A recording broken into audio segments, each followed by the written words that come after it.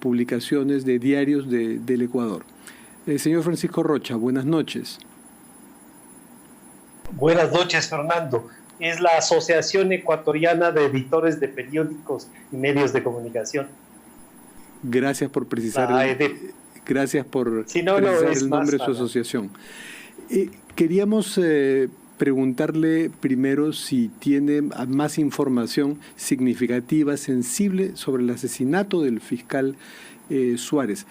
¿Estaba protegido? ¿Fue una falla de resguardo o no lo tenía, siendo tan importante su labor? Fernando, para nosotros esto es una cosa novedosa. Es algo que, claro, tenemos que irlo aprendiendo y trabajando, ¿no es cierto? Eso no significa que el Estado debe estar preparado siempre debe estar preparado.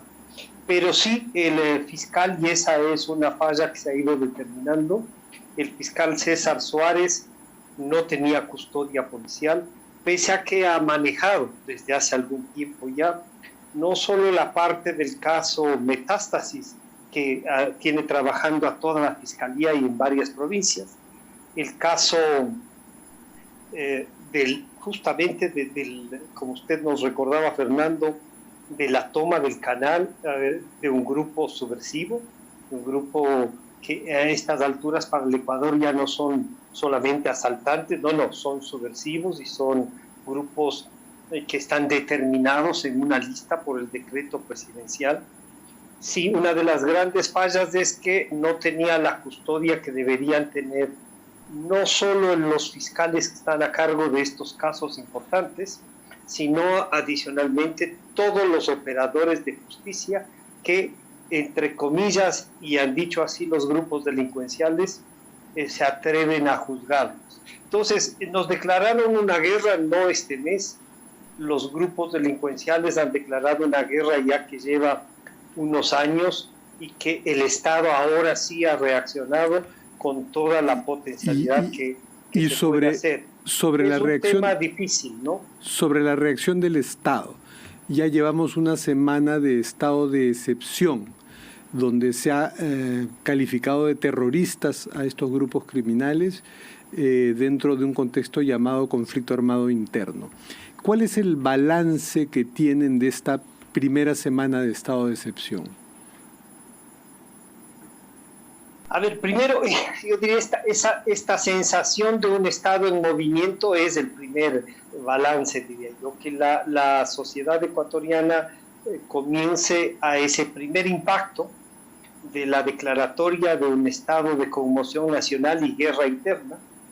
Hemos pasado, diría yo, a plantearle al régimen determinadas formas de enfrentar esta guerra más allá del estado de excepción y conmoción nacional. El balance es que se han podido hacer cosas que en otros gobiernos las propias institucionalidad a veces fallaba en contra de esas decisiones. Por ejemplo, la participación de las Fuerzas Armadas con una movilización nacional, la participación de otros entes del Estado como la propia Fiscalía y también un compromiso de las Cortes, ¿no? Porque ¿en dónde encontramos el eslabón más débil de todo esto? En los jueces, en donde habían sido penetrados por estas organizaciones delincuenciales y terroristas ahora, habían sido penetrados, ¿no? Entonces, la policía detenía un grupo de gente y jueces los declaraban en libertad, sí. Incluso a sentenciados, como es el caso de Pito y de ahora dos detenidos en Panamá que sí, tenían sentencias que la judicatura los había sacado. Una última pregunta, señor Rocha. Y ayer entrevistamos en esta casa periodística al expresidente Rafael Correa, y cuando se le preguntó si la liberación que él hizo, unos indultos a criminales en la última fase de su gobierno, había de alguna forma incubado esta violencia. Él dijo que solo había liberado a mulas, lo que aquí en Perú conocemos como burriers, y que fueron los gobiernos de Lenín Moreno y Guillermo Lasso los que sí liberaron a los capos de la delincuencia. ¿Esta versión de la historia coincide con la que usted maneja?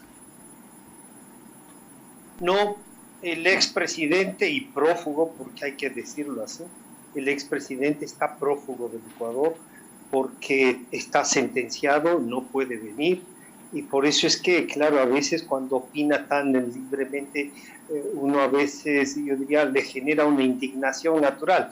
Pero en todo caso, él liberó a 3.000, lo que él denomina mulas, a 3.000 operadores de esta narcodemocracia. Muchos de esos liberados terminaron siendo candidatos en las listas del partido que encabeza el expresidente Correa.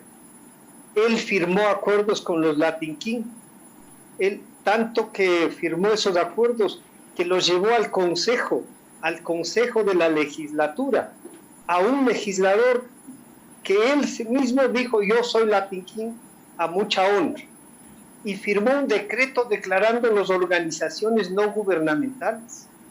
Entonces, lo que nos está pasando ahora estamos pagando como país la actuación del expresidente Correa, de su grupo político y de su grupo armado, que ahora los estamos ubicando, y así los está ubicando el país. Entonces, sí, el expresidente Correa suele culpar a todos menos reconocer lo que él ha hecho.